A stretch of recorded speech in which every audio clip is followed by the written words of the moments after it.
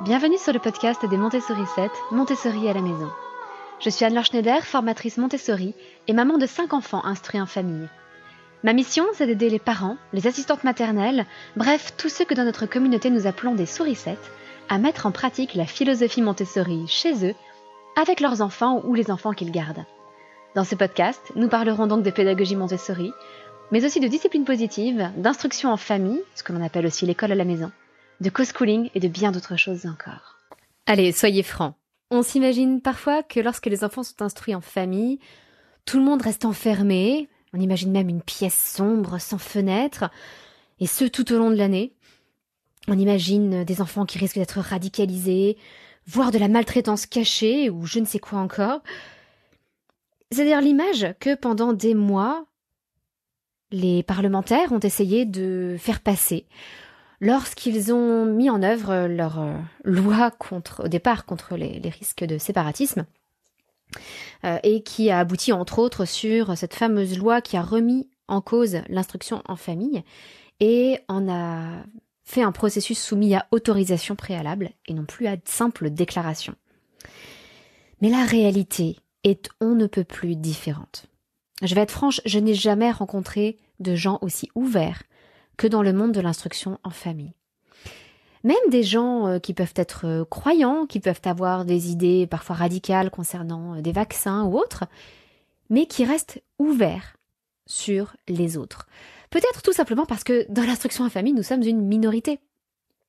Et dans cette minorité, nous devons nous serrer les coudes, et ça invite donc à plus d'ouverture vers les autres. Ça n'empêche pas d'avoir ses propres convictions, mais je pense que ça encourage un plus grand respect des convictions des autres. Et concernant les sorties, l'instruction en famille permet une liberté incroyable et les familles qui la pratiquent en profitent très largement.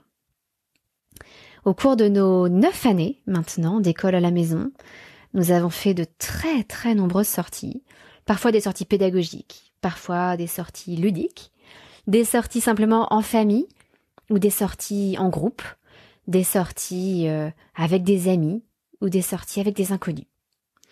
Et aujourd'hui, j'ai donc quelques ressources à partager avec vous, le fruit de notre expérience, et qui vous serviront, par exemple, si vous êtes enseignant et que vous cherchez des idées pour des sorties pédagogiques avec vos classes, ou si vous êtes une famille, en IEF ou non, et que vous souhaitez peut-être varier un peu vos sorties tout en découvrant et en apprenant de nouvelles choses.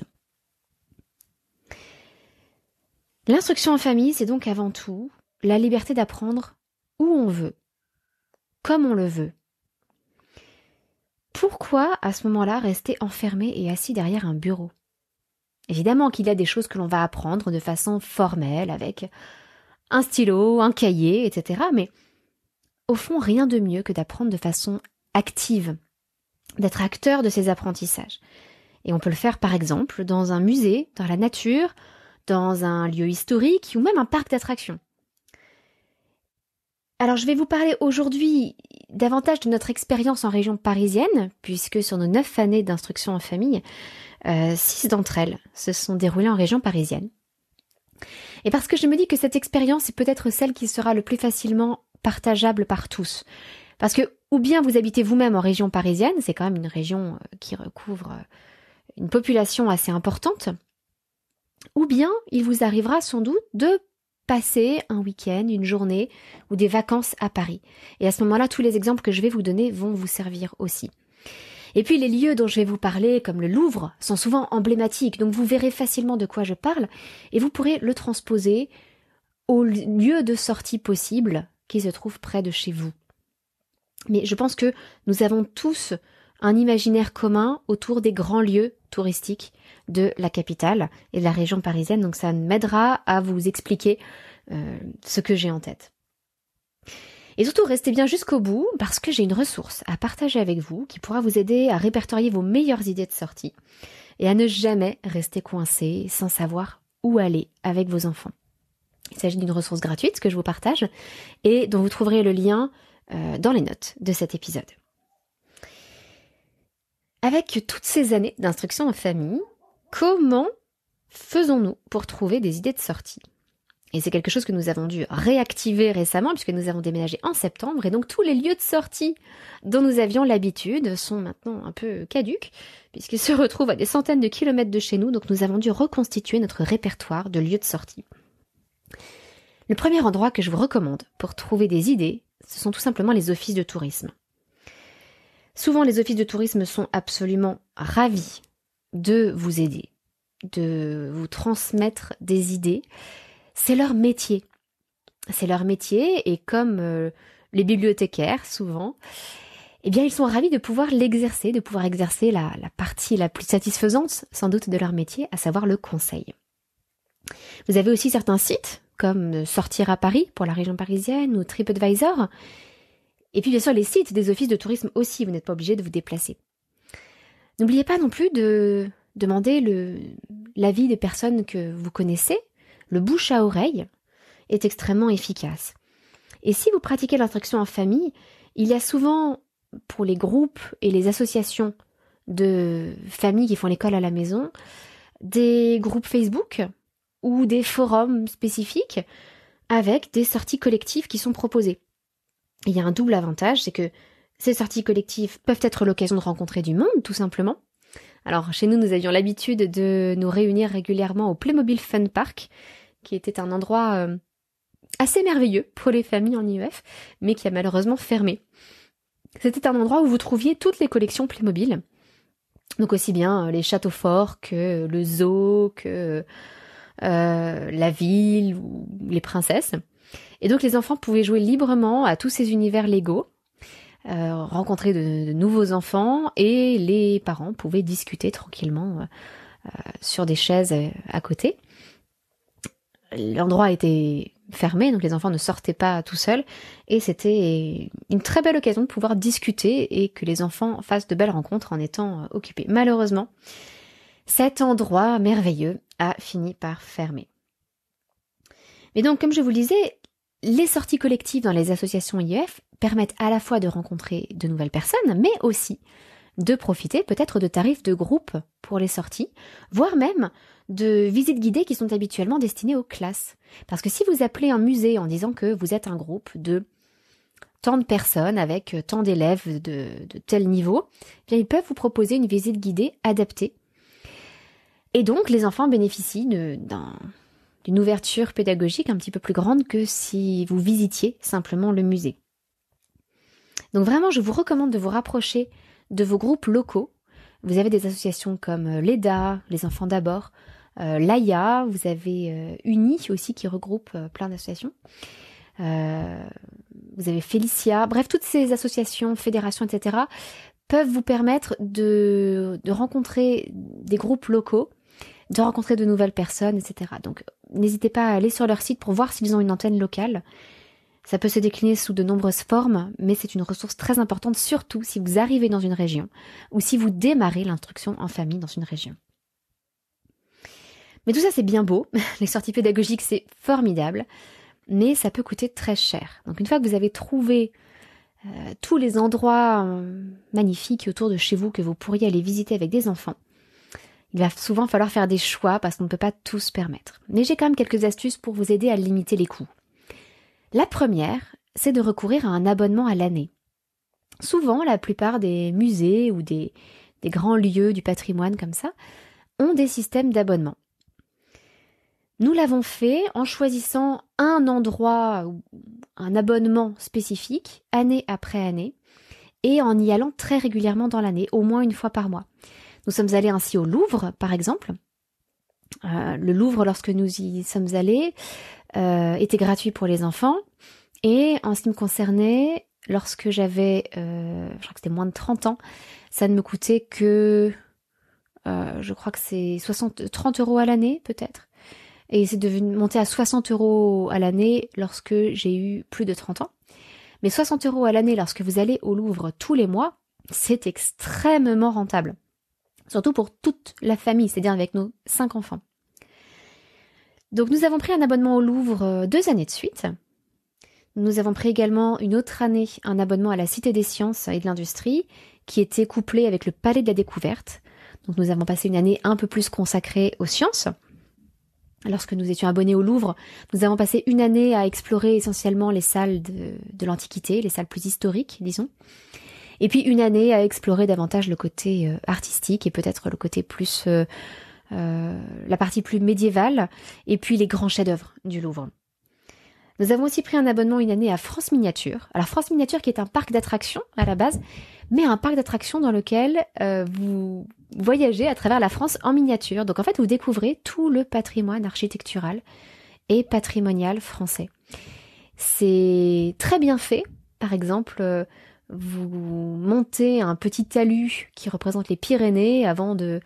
ou les Alpes, j'avoue que je ne sais plus, avant de descendre vers la Provence. Là, vous avez une représentation assez visuelle comme ça des grands marqueurs géographiques en France, comme les montagnes ou les rivières. Et c'est formidable lorsqu'on a vu certains de ces endroits en vacances, en voyage, de les retrouver en miniature et d'en découvrir d'autres qui se trouvent là dans ce grand parc de France Miniature. Et puis la dernière année où nous étions en région parisienne, nous avons pris un abonnement au musée des arts et métiers, qui est extraordinaire parce que vous avez dedans plein d'inventions. Et donc vous pouvez y aller une fois pour faire un petit parcours sur l'évolution de la voiture, ou une autre fois pour l'évolution des moyens de communication, du cinéma, du télégraphe, etc. Ou une autre fois pour le développement des avions. C'est un musée assez extraordinaire, je trouve, pour les enfants. Donc ça, c'est une excellente façon de limiter les coûts, c'est de choisir un endroit qui sera votre endroit phare de l'année, et où vous allez aller très très régulièrement. Lorsque nous étions en région parisienne, nous sortions à Paris à peu près tous les 15 jours. Donc nous faisions au moins une sortie sur 2, là où nous avions un abonnement. Et puis, vous avez d'autres façons de limiter les coûts. Ça peut être par exemple d'aller dans des musées qui sont gratuits.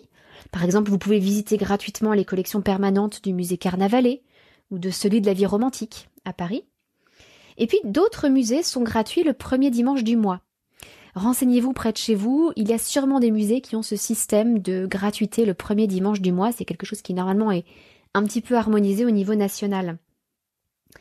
Et puis d'autres musées, enfin, offrent des réductions alors, un tarif gratuit, souvent, pour les enfants. Pas toujours, mais ça arrive. Ou des tarifs réduits pour, par exemple, les familles nombreuses ou pour les chômeurs. Bref, étudier un petit peu leur politique de tarification. Et enfin, n'oubliez pas les journées du patrimoine. Ça peut être l'occasion d'aller justement dans un endroit qui habituellement est trop cher. Bien entendu, il y a des inconvénients à attendre le premier dimanche du mois ou les journées du patrimoine, c'est qu'il y a souvent énormément de monde. Je me souviens avoir fait la queue un premier dimanche du mois à Orsay, au musée d'Orsay. Les queues sont parfois très longues, il faut accepter qu'il y ait beaucoup plus de monde ces jours-là, c'est normal, mais évidemment, c'est le prix à payer pour payer son ticket moins cher. Et là encore, n'hésitez pas à vous renseigner auprès des offices du tourisme qui pourront vous guider sur les musées les moins chers, les journées où les musées sont gratuits, etc. Et vraiment, vraiment, je vous renvoie vers ces offices de tourisme parce que pensez-y pour votre région, là où vous habitez, et pensez-y aussi lorsque vous allez ailleurs. Sachant qu'ils peuvent même vous envoyer par mail ou par la poste de la documentation en amont de votre voyage. Ça fait partie de leur mission, ils sont généralement ravis de le faire, et ça peut considérablement vous aider pour préparer votre voyage, y compris avec vos enfants, d'anticiper ce que vous avez envie de visiter en famille ou pas. Et avec tout cela, avec donc toutes ces façons d'économiser les coûts, vous allez voir que les sorties en IEF sont l'occasion de découvrir 1 milliard de choses et d'apprendre différemment. Par exemple, nous avons décidé de travailler l'histoire, qui peut être une matière un peu lointaine, parce que contrairement à la science où on peut montrer les choses, où on peut faire des expériences, etc., eh bien en histoire, on étudie par définition des choses qui sont passées, qui n'existent plus, dont on a simplement des traces. Et donc, il était particulièrement intéressant d'aller explorer ces traces historiques dans des musées. Donc nous avons découvert la préhistoire et le tout début de l'Antiquité au Musée d'archéologie nationale de Saint-Germain-en-Laye, qui est un endroit extraordinaire. Comme je vous le disais tout à l'heure, nous avons découvert l'Antiquité au musée du Louvre. Le Moyen-Âge, au musée du Moyen-Âge de Cluny, toujours à Paris. La Renaissance au musée de la Renaissance à Écouen. Les temps modernes, essentiellement avec le château de Versailles et puis des visites à Versailles. Et enfin, le musée Carnavalet pour l'époque contemporaine. C'est formidable de pouvoir profiter de ces ressources pour voyager dans le temps avec les enfants et c'est tellement plus vivant. Mais jusqu'ici, je vous ai beaucoup parlé de musées, même si je vous ai aussi parlé de lieux un peu différents comme la Cité des Sciences ou le Parc de France Miniature. Au-delà de tous ces lieux, vous avez également la nature. Et croyez-moi, on n'apprend jamais mieux les sciences naturelles qu'en passant du temps dans la nature.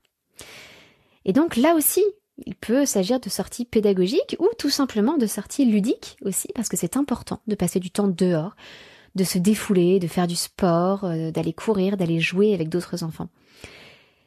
Et le site phare pour nous, pour trouver des idées de sortie et de balade dans la nature ou dans de beaux endroits, c'est Visorando.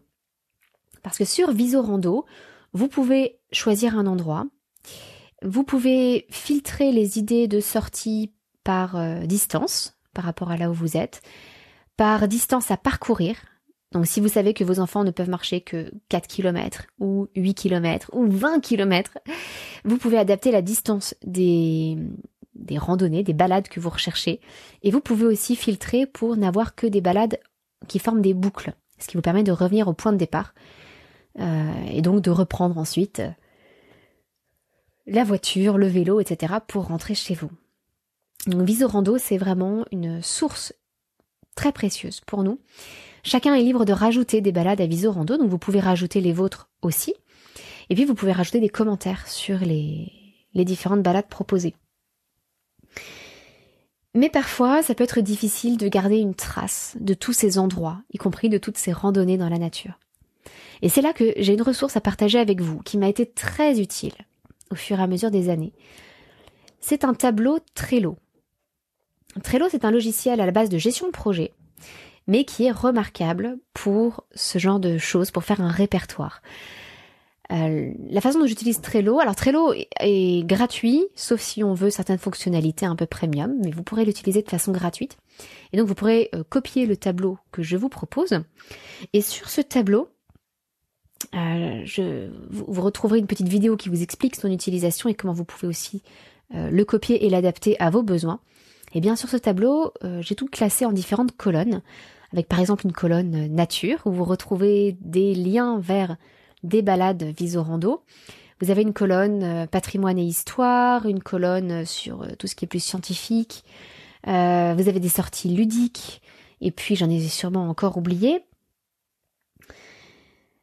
Et à chaque fois, vous avez une image, vous pouvez rajouter une image qui vous parle, donc qui vous rappelle l'endroit. Vous pouvez mettre le lien vers la page d'infos pratiques, donc ça vous évite d'aller rechercher sans arrêt à quel endroit il y a les tarifs, les horaires, la page de réservation, s'il y a une page de réservation, etc. Donc vous pouvez mettre le lien direct sur Trello, vous pouvez mettre vos propres commentaires. Vous pouvez mettre une petite description par exemple de ce que vous trouvez à tel endroit.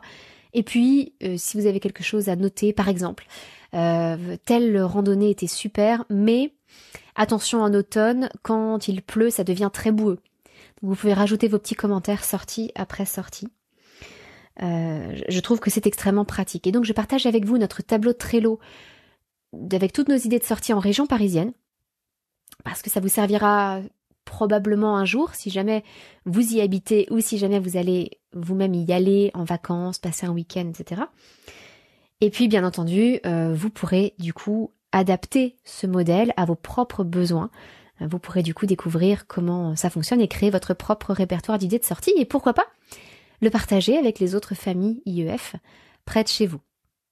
Alors si vous le partagez, je vous invite simplement, par courtoisie, à préciser où vous avez récupéré ce tableau, qui vous a donné cette idée d'utiliser un tableau Trello pour vos idées de sortie en IEF et de mentionner les Montessori 7.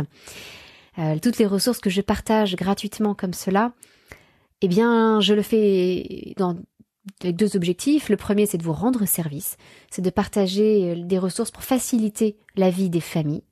Et deuxièmement, évidemment, pour faire connaître le site des Montessori 7 et nos formations. Entre autres, l'accompagnement que je propose pour les familles en instruction en famille. Parce que j'ai à peu près 90 familles que je suis personnellement, avec des séances de questions-réponses, un groupe Facebook dédié et des tas de ressources sur tous les domaines. Ça va de la musique à l'histoire, en passant par les concepts comme l'observation de l'enfant dans la pédagogie Montessori ou le sommeil de l'enfant. Bref, c'est extrêmement large et riche en ressources. Donc je vous invite, si vous utilisez cette ressource et si vous la partagez avec d'autres familles, à mentionner les Montessori 7 et en particulier l'accompagnement à l'IEF Montessori des Montessori 7. Je vous renvoie donc vers le Terrier des Montessori 7, notre bibliothèque de ressources gratuites. Le lien figure dans les notes de cet épisode et vous pourrez y retrouver le tableau Trello dont je vous ai parlé, ainsi qu'une petite vidéo qui va vous expliquer comment l'utiliser, comment le copier pour ensuite l'adapter chez vous et le rendre utilisable dans votre région, là où vous habitez. J'espère que cela va vous aider dans votre vie quotidienne et vous donner plein d'idées pour partager de belles expériences en famille avec vos enfants. Et je vous dis à la semaine prochaine. À très bientôt. Votre petite sourisette, Anne-Laure.